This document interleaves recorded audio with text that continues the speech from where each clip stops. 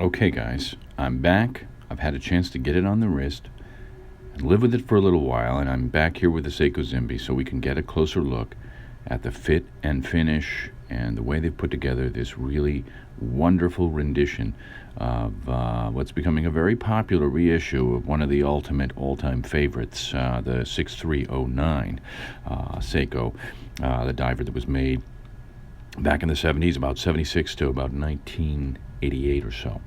And it's been a reissue that's received an enormous amount of attention. There certainly are a ton of reviews. I wanted one myself, personally. You can see rotating the bezel, very smooth. I compared it to a lot of the other turtles, and I find that the ratcheting on this is much smoother. The clicks don't seem to have that springy sound when they go by on the dial. A little more refined. I'm not sure if they went a little extra here and added some different materials inside on the spring, but I found it to be really a positive experience without that kind of pingy spring noise rolling from the dial there. The finish is really special. There's no question about it. It definitely has a feel to it that seems to soften the look. It seems to actually make the bracelet a little quieter on the wrist, aside from the clasp itself. And I really did enjoy looking at the finish as it tapers underneath. Now you can see with all turtles, underneath the top finish, on the top part of the cushion case, it's always smooth, high polish. And the same is true here. In the inner part of the band, which actually in a way makes this kind of a tri-finish watch, the inner part of the band is brushed. The underside and case back is high polish, and the top of the band and the top of the case is the bead blasted or quote-unquote honed finish. It really does do something totally different to the way this cushion case looks, how it catches the light, and how it feels on the wrist.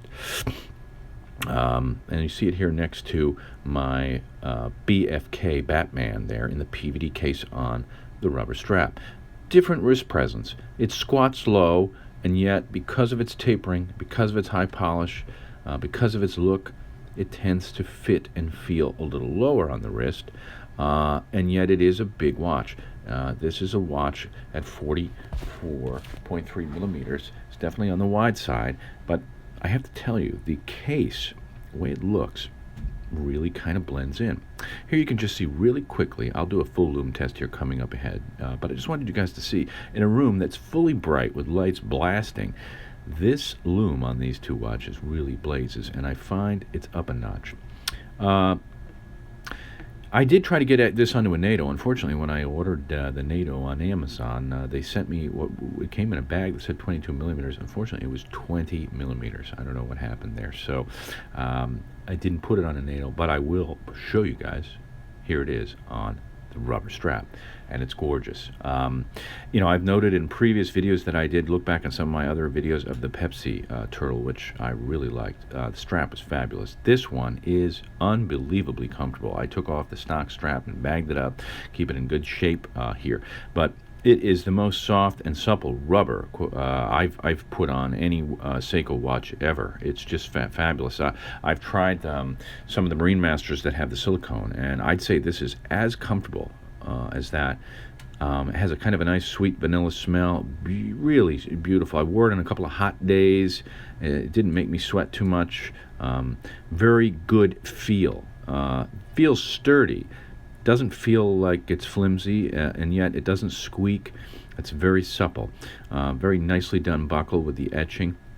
Etching is done deep and quite quality. It's got a brushed stainless keeper, as I mentioned earlier. And you just look at the inner part of this. It has the look like it might be rough, but it's very soft, very pliable, doesn't pull on your hair. You couldn't ask for a better stock rubber strap, and frankly, I really think that the color is remarkable. I wasn't sure about it when I first saw it in the case. I thought it was kind of a nice idea, but when you do put the shark skin gray onto the dial, and you see all the finishes kind of merge together. It's a pretty spectacular presentation of a kind of monochromatic color. And earlier on when I looked at this watch, I said, the bezel has this kind of white bezel, but when you really get close up on it, it's actually more of an icy gray, a metallic.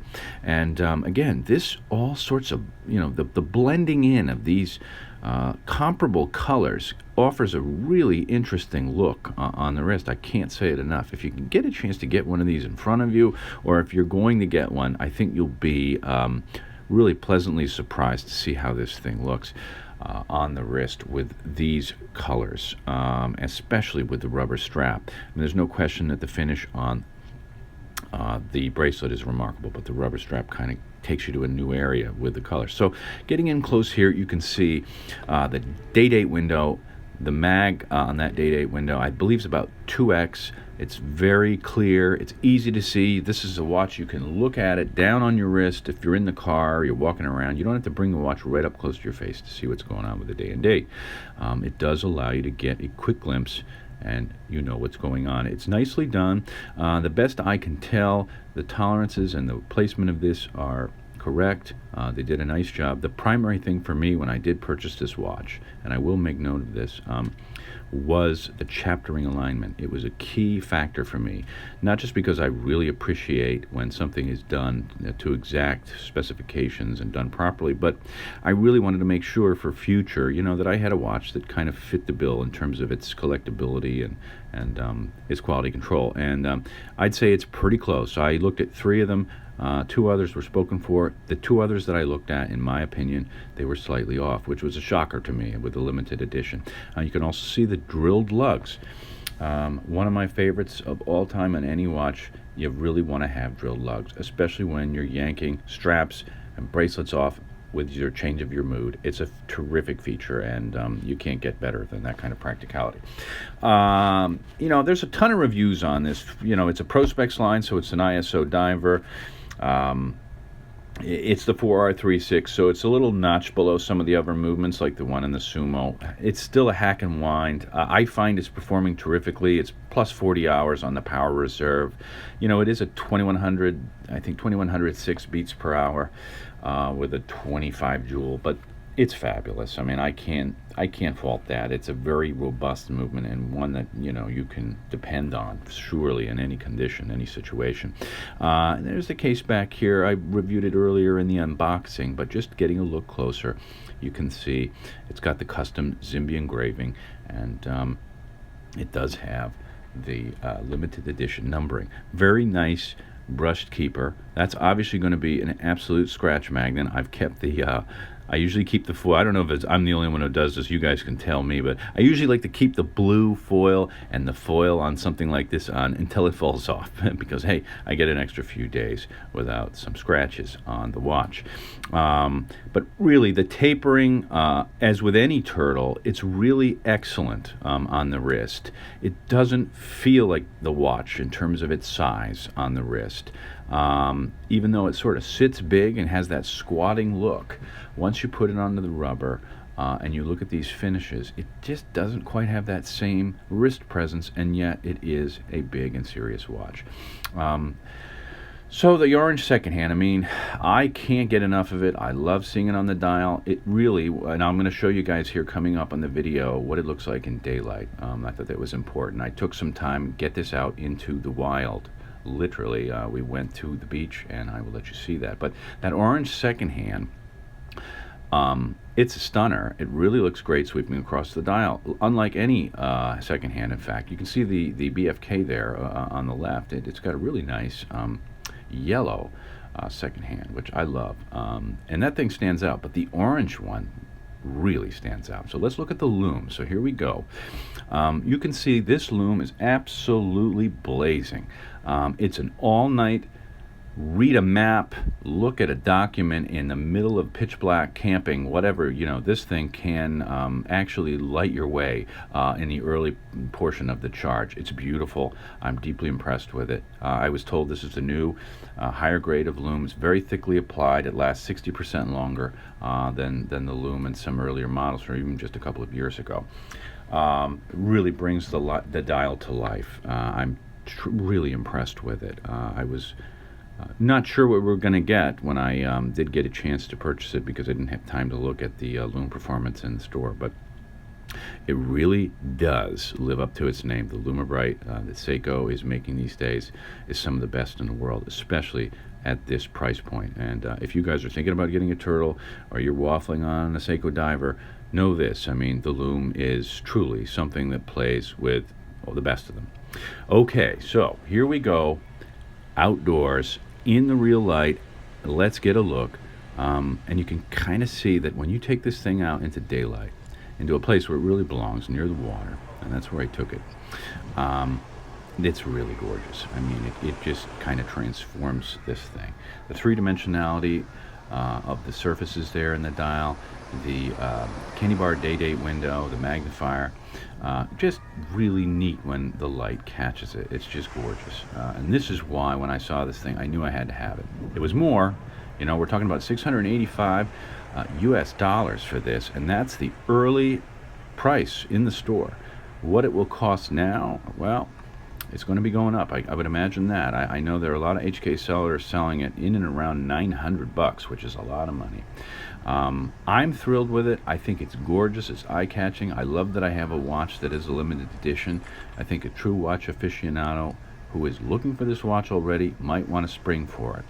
You can see they're also getting a close look at the crown and its finishing. They've done the finishing of the crown in the satin. But on the wrist, there it is. Geez, you can't ask for much more. If you wanted a sapphire crystal Seiko diver and you're willing to spend a little more, if you can find it under $700, I'd say go for it. It really is a great watch. You got the two strap options. You have a beautiful presentation box. You have a true collector's item, and if you keep it in great shape, hand it down from years to come, I think it's really something special, and it might be worth it. Now, if you're getting in and around $1,000, it might be a tall order. It might be too much. That's a question you're going to ask yourself. I don't know. I was thrilled and very lucky. I feel very privileged to have happened to be in Thailand at the time and found this watch for the price that I did.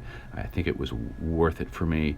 I don't know, guys. What do you think? You tell me. I really love this watch. I have enjoyed every moment of it on my wrist. I always wanted to get the Turtle reissue. I almost sprung for the Batman. I hung in there for this one. You know what? I'll probably still get the Batman. I like the look of that one that much. But for those of you who are looking for this, or you've seen my unboxing, get a look at that video. Tell me what you think. I'd love to hear from you guys. It's definitely something that I have enjoyed, and I anticipate that I will enjoy this one in my collection for years to come. It's certainly a beautiful watch. Anyway, there you go. We also got a chance to see some seals at the beach. We were in Cape Cod for the weekend. A perfect place to take the Seiko Zimbe. Thanks, guys. I appreciate it. I will talk to you soon. Please like my video, and thanks a lot.